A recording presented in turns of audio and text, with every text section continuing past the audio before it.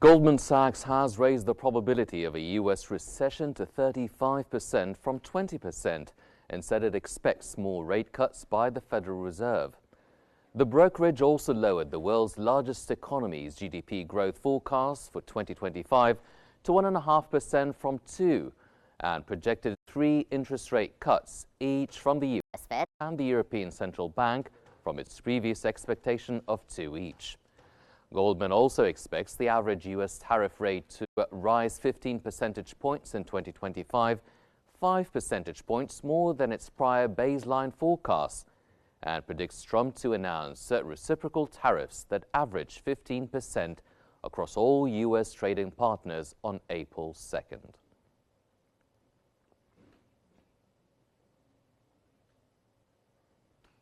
New York Federal Reserve President John Williams has said the monetary policy is well positioned for what the economy might do this year.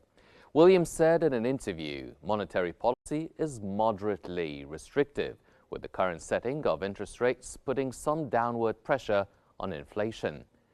Williams added that while he cannot predict when the U.S. Central Bank might change the current level of interest rates, keeping it in place for some time will allow officials to study incoming data and decide what they need to do next.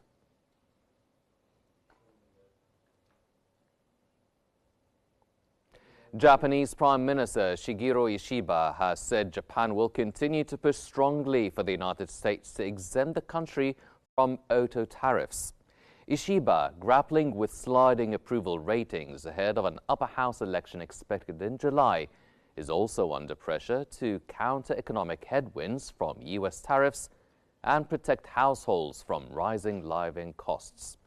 Ishiba also pledged to make effective use of the $770 billion budget for the fiscal year 2025 to tackle inflation after it was approved by the Japanese parliament.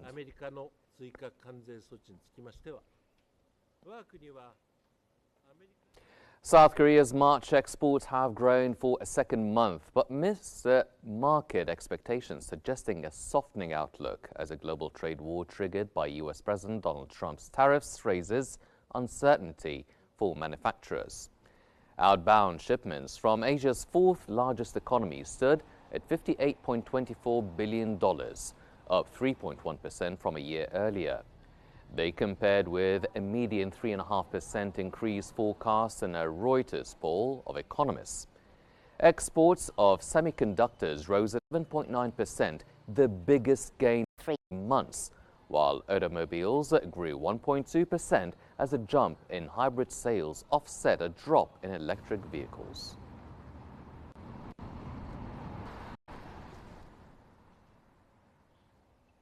Prices in British shops fell less in March than in February and are likely to climb soon due to the impact of a new tax on employers and other costs for retailers. The British Retail Consortium said shop prices fell by 0.4% in the 12 months to March, compared with a bigger 0.7% annual drop in February and less than the average 0.6% yearly price decline over the previous 3 months. The Bank of England is trying to assess whether the higher tax burden for employers will increase the risk of persistently high inflation pressure.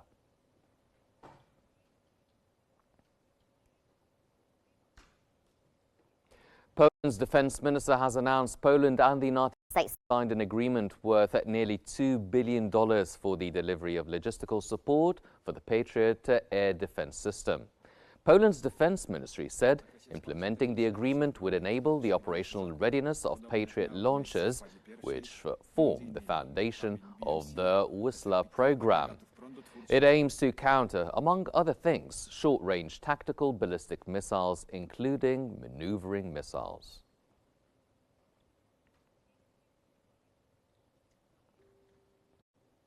Russia's manufacturing sector has experienced its sharpest contraction in nearly 3 years in March, as output and new orders fell in the face of weak domestic and foreign demand. The S&P 500 Global Russia Manufacturing Purchasing Managers Index dropped to 48.2 in March from 50.2 in February, sliding below the 50 level that separates expansion from contraction.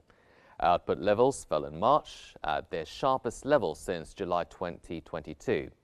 New orders decreased for the first time since October and at the fastest pace in nearly 3 years as both domestic and export demand weakened.